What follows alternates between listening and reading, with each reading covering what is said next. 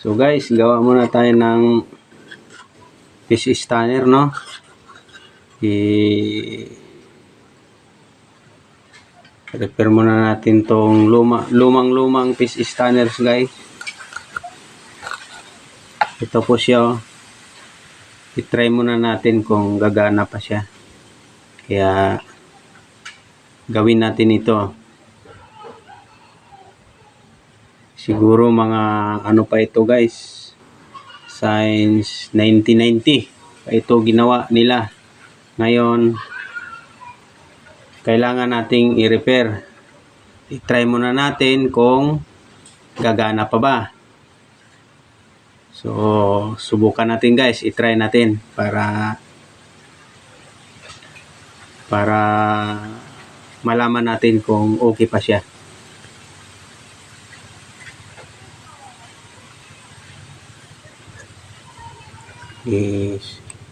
Subok natin, guys.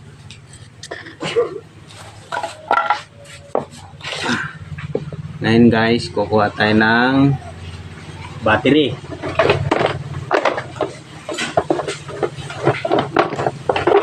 Para makita natin kung okay pa siya, guys. Subok natin. Kuha tayo ng battery. Tapos ilagay natin dito ay. O kung aabot na siya, guys, pwede na ito.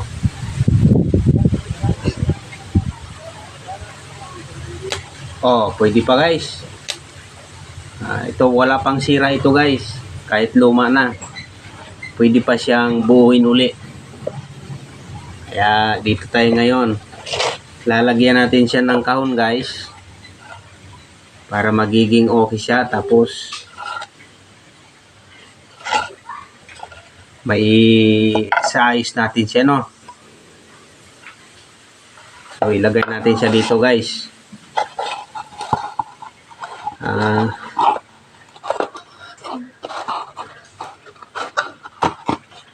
Shout out muna pala, guys, sa mga followers ko sa YouTube, no?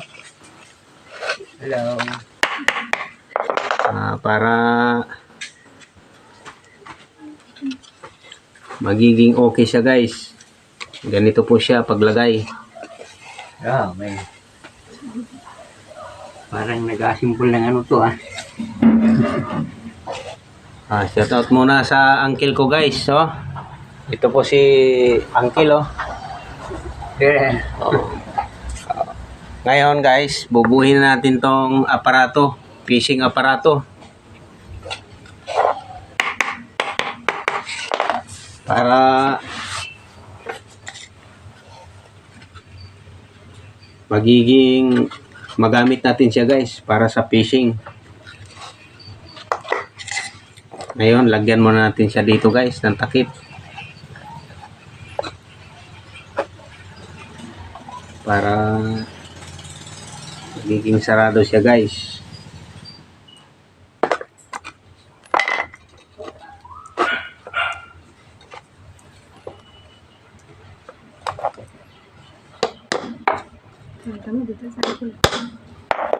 Layo.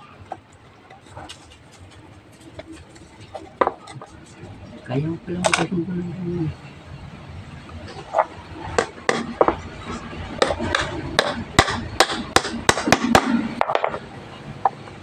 guys.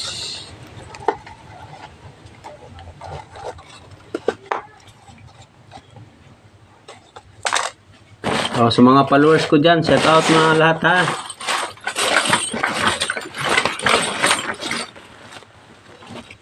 Para may turo natin sa inyo kung paano gagawa ng mag-assemble ng fishing stunner. Ganito po yun siya, guys, no?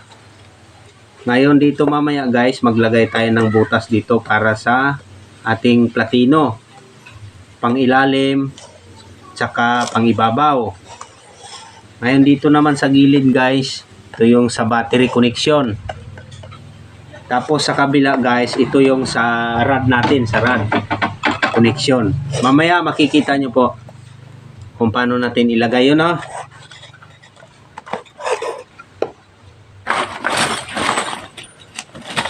Oh. Takuan mo natin guys para Ano siya? Yan siya battery. Dosi-dosi. magiging ano.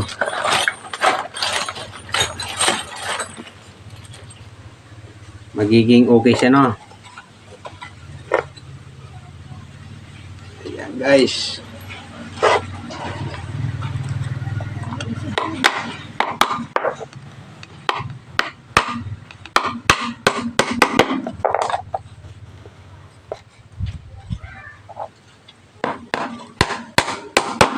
Oh, na guys, matibay na siya guys.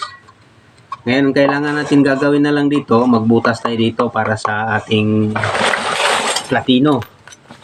Saka gamitan natin siya ng mga ganitong tornilyo guys. Ito. Dito tayo magbubutas para sa ating platino. Yan guys.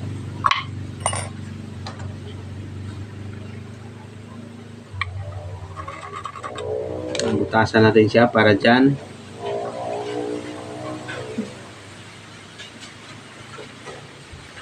Tapos dito yung kabila.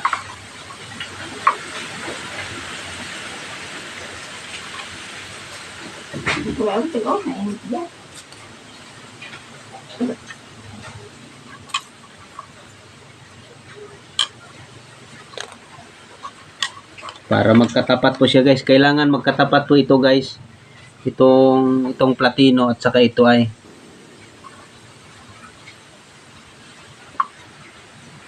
yan, kailangan hindi siya pwedeng magkalis yan guys.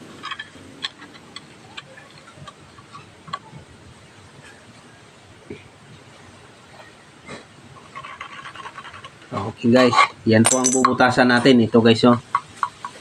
Butasan natin yan. Kaya lang pahirapan tayo magbutas ngayon guys dahil walang kuryente sa amin. Magba-brown out guys. Kaya mano-mano yung butas natin dito ngayon. Maghanap muna tayo pambutas guys. Para ano, kung meron tayong pangbutas dito ay kung paano natin butasan to.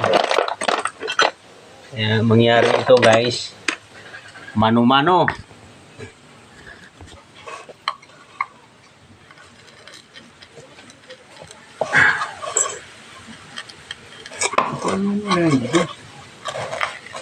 Okay na. Okay na guys, nabutas na.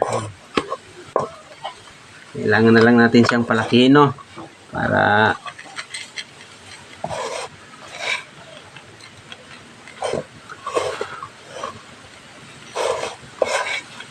ilagay natin yung ano.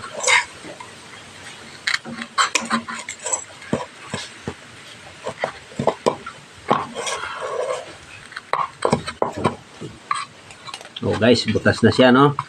Bubutas na siya.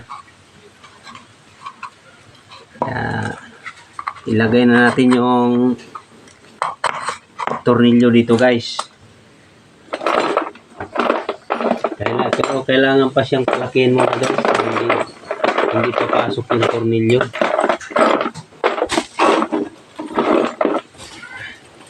Kailangan natin siyang palakihin.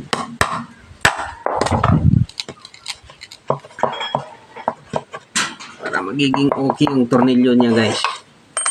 Papasok ito ay itong mga ganitong tornilyo.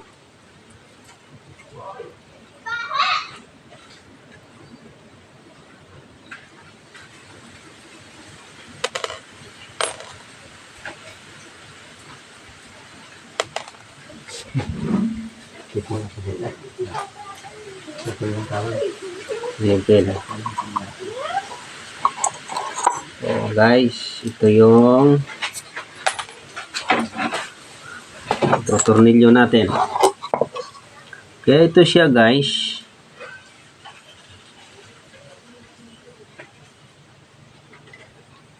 Para sa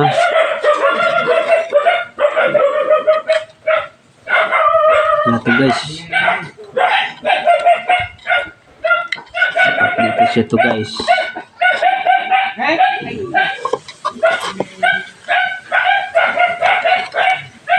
Yan guys.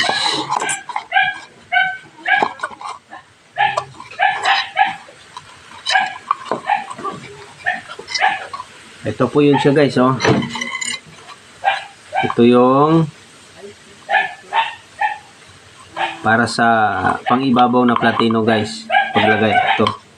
Tapos lagyan natin siya ng tornilyo, no. Lagyan siya ng tornilyo dito. Ito yung pangibabaw guys. Para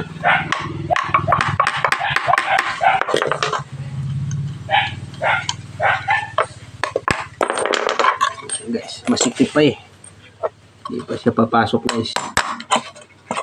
Masisira yung thread niya.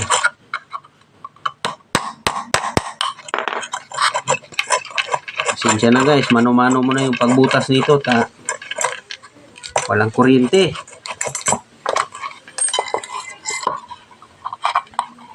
Nagkataon ding walang kuryente guys.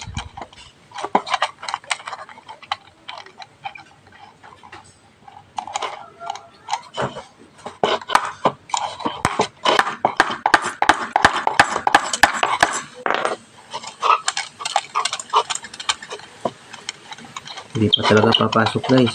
Kailangan pa nating ayun na, pumasok na guys.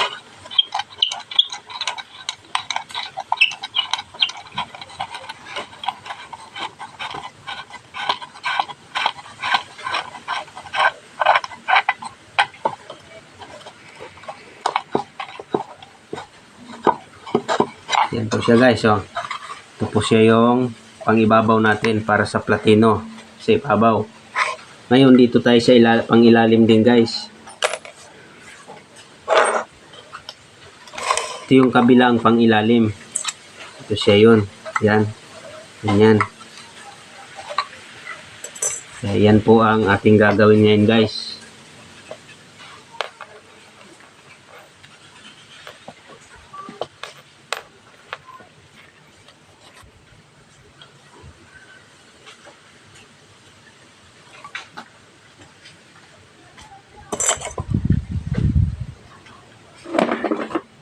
Kailangan lakihan natin yung butas guys.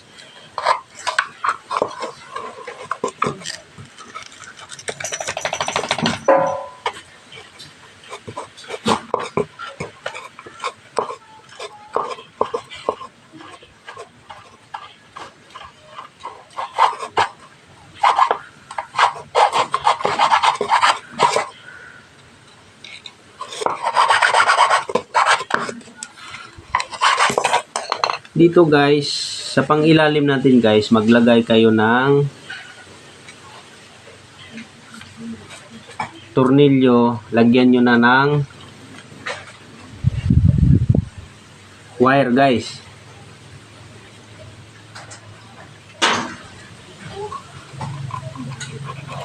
O, kagaya niyan guys, yan po siya ilalagay yan. Kailangan may wire na siya guys, para dito natin ikakabit mamaya yung mga ano niya. Tapos lagyan natin ng washer guys. Tapos ilagay na natin tong pangilalim guys. Yan. Tapos lagyan natin ng tornilyo.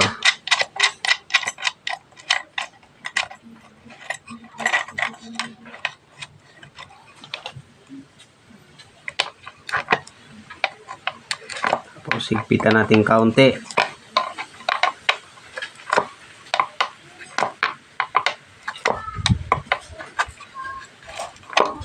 Yan. Ganyan siya guys. Ito yung pangilalim natin.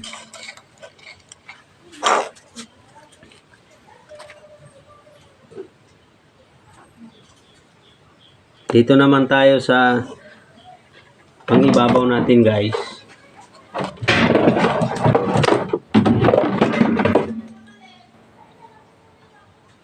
Kailangan nung meron po din tayong ano dyan.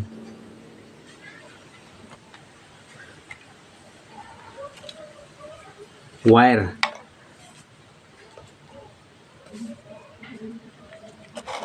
Para sa pang ibabaw natin na platino. Kaya lalagyan din po natin siya yan guys.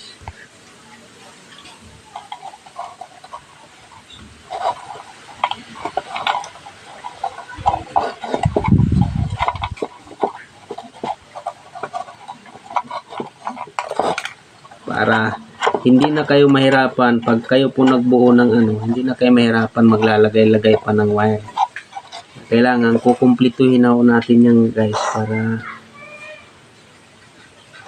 hindi na mahirap.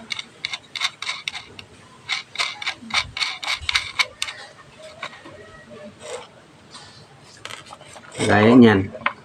Kasi pag hindi po natin kukumplituhin ng yan guys, mahirapan po tayo magkabit-kabit.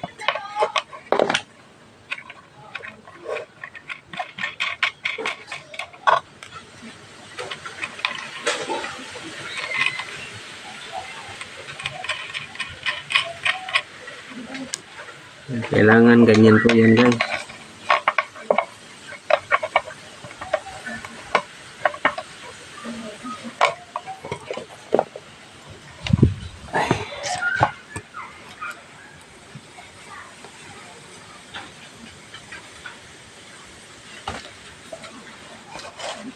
Dito tayo banda guys, mainit.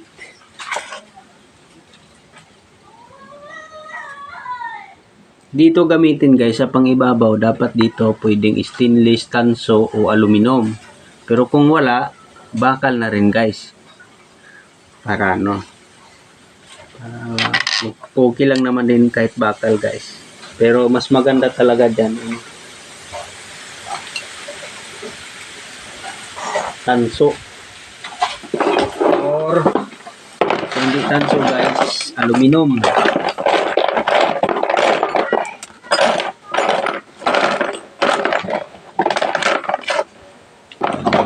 Guys,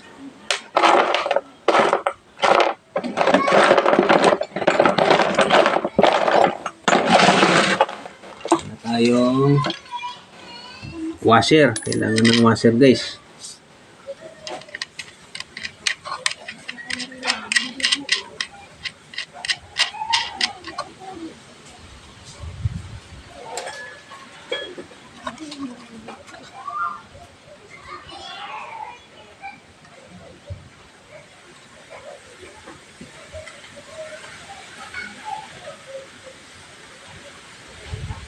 Guys,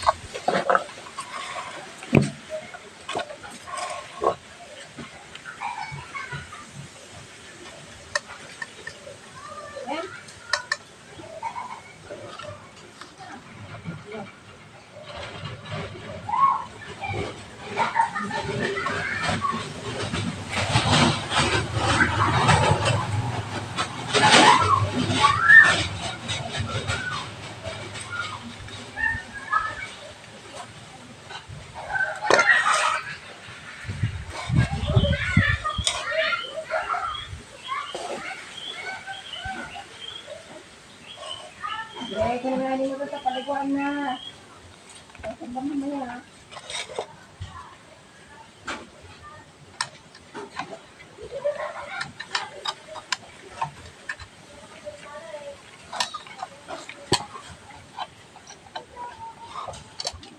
Ang bago yan ah. check natin ito guys mamaya Mamaya. kung paano ikabit. Ay, kala kong bago. Hindi pa.